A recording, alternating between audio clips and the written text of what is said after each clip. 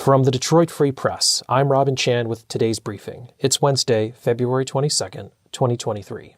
Reporting for the Detroit Free Press, I'm Miriam Marini.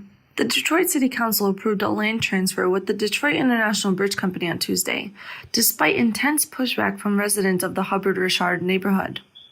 The 3.8 acres of land is the final piece of a 2015 agreement with the Bridge Company. The agreement included $5 million in improvements to Riverside Park and other conditions. Residents of the neighborhood surrounding the parcel of land urged city leaders to hold off on finalizing the agreement until a community benefits plan has been established. Residents want a promise that if DIBC pursues another bridge, that it will enter a community benefits agreement and that it won't further displace residents. They are also requesting that DIBC properties along St. Anne Street and within the neighborhood be placed into a public trust. Ambassador Bridge owner Matthew Moroun spoke at Tuesday's council meeting. He said he did not want to enter another agreement before the 2015 deal is finalized. And he said he's open to continuing discussions with the community regarding a community benefits plan. He said the company at this time has no plans to pursue a second bridge. Negotiation talks between city leaders, Hubbard-Richard residents, and the DIBC have shown promise, but the parties need more time to finalize an agreement. For more information on the land transfer agreement between the City of Detroit and the Detroit International Bridge Company, visit thefreep.com. I'm Frank Witzel with the Detroit Free Press. First responders risked their lives 2 weeks ago to save more than a dozen fishermen stranded on an ice floe in Tuscola County. At least half a dozen agencies responded, including an airboat and helicopter, rescuing the men. With temperatures this week hovering around freezing, you need to take extra precautions on the ice and heed warnings, or you might not be so lucky. Wednesday is expected to be a sloppy, slippery mess in southeast Michigan. Just how slippery is still up in the air, according to the National Weather Service in White Lake, and it may depend on where you live. Much of southeast Michigan will be under a winter storm watch from noon Wednesday until noon Thursday, with a widespread heavy mix of freezing rain, sleet, and some snow possible. That includes Shiawassee, Genesee, Lapeer, St. Clair, Livingston, Oakland, Macomb, Washtenaw, and Wayne counties.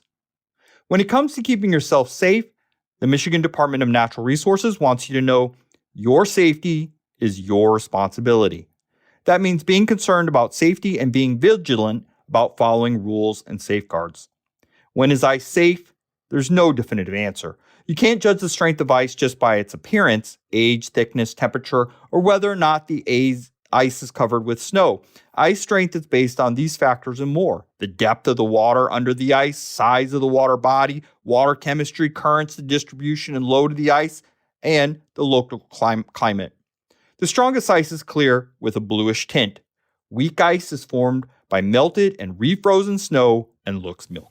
A victim of last Monday's shooting at Michigan State University was laid to rest yesterday. Funeral services were held for Ariel Anderson, age 19, of Harper Woods, Tuesday morning at Zion Hope Missionary Baptist Church. Ariel Anderson was one of 3 students killed in the MSU shooting, along with 5 others that were critically wounded. Brian Fraser, age 20 of Grosse Pointe, and Alexandria Verner, age 20 of Clawson, were both laid to rest on Saturday, February 18th. A vigil in Ariel Anderson's honor was also held on Saturday at First English Evangelical Lutheran Church in Grosse Pointe Woods. You can find a link to an image gallery of the vigil in the description of this podcast. The mother of Ariel Anderson, Dewana Davis, spoke to the Detroit Free Press. Davis said of her daughter, quote, "Ari was different. She was as close to perfect as you could get." End quote. I'm Andrew Hammond for the Free Press Sports Department. The USFL draft was held on Tuesday afternoon, with the Michigan Panthers making the first overall pick for the second year in a row. The Panthers once again selected a player from the state of Michigan.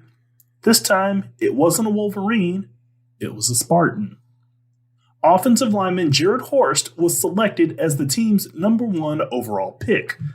He may be very well protecting the team's second-round pick, quarterback Tanner Morgan out of Minnesota, one of the most decorated quarterbacks in that school's history. Panthers fans will hopefully see Horst and Morgan take the field as Panthers, who will be playing their home games at Ford Field under new head coach Mike Nolan starting April 30th. The audio reporting in this briefing was made possible with contributions from Jasmine Barmore, Bendel Hightower, and Nusrat Rahman. For more stories from the Detroit Free Press, check out freep.com. That's FREEP.com. Thanks for listening. We'll see you tomorrow.